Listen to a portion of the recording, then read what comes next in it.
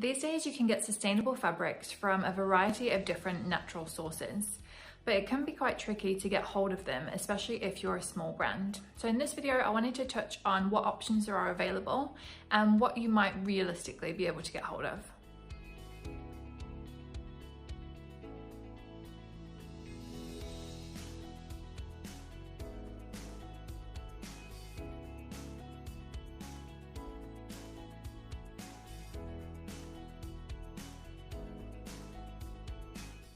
Hi, I'm Vicky, founder of The Fashion Business Coach, and I help small and startup fashion brands to launch and scale successfully.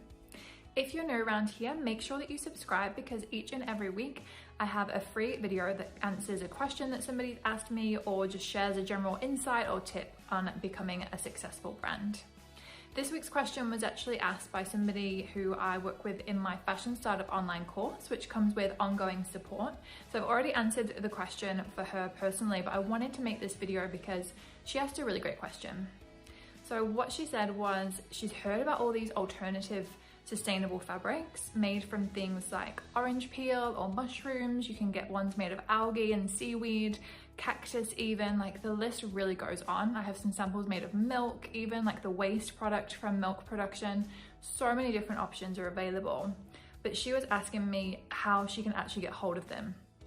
And the honest answer is, for a lot of these, especially if it's something that's new to market, if you're a small brand, and by small I mean you're not making thousands of units of a particular style, honestly you are going to struggle to get hold of a lot of these. And I know that's going to be disappointing for a lot of you and not what you wanted to hear. So I just wanted to give you a bit of background on why it is, because it's not just the suppliers being awkward and annoying. What actually happens is to develop these kinds of fabrics, it's very, very expensive, like really expensive. I actually know quite a few founders who have started these kinds of businesses, turning waste, usually natural waste products, into fabrics. And it's a really hard, long graft. You're talking years in a lot of cases of product development and a lot of money.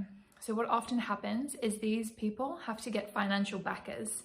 And a lot of the time these backers are people who are in the fashion industry. Now I'm not allowed to give you names because I'll get into trouble, but a lot of these small fabric producers are backed by big name brands, like global brands that everybody's heard of. And the condition, of course, for being financed by them is that they'll get first rights to the products and the fabrics. So that's why, even though you might hear of all these new developments, you never actually see them for sale. And that's because they've essentially been bought already for an exclusivity deal for another brand. What you do see happening though, and this is kind of a good bit, especially if you're looking to make a long-term shift in terms of having a fashion brand as your career, a lot of the time there's this kind of trickle-down method whereby the fabrics then become available to the mass markets after 2 or 3 years. We've actually seen this in swimwear a lot. So for instance, a few years ago, it was really difficult to get hold of the sustainable, the recycled polyester or recycled nylon swimwear fabrics, particularly with high performance features. It was just difficult to get hold of them in small quantities.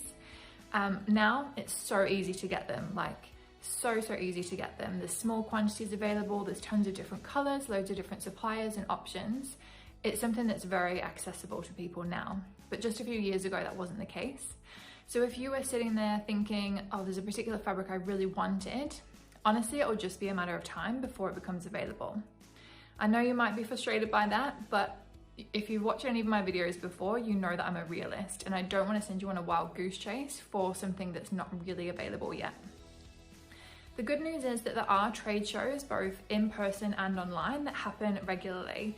And that's where you'll find out about the latest fabric trends, meet suppliers. So if you're thinking, how do I get hold of things and how do I actually know what is available? The best place to look is actually these trade shows. I wouldn't bother looking at competitors, particularly big brand competitors, because they just aren't going to be in the same ballpark as you in terms of what's available.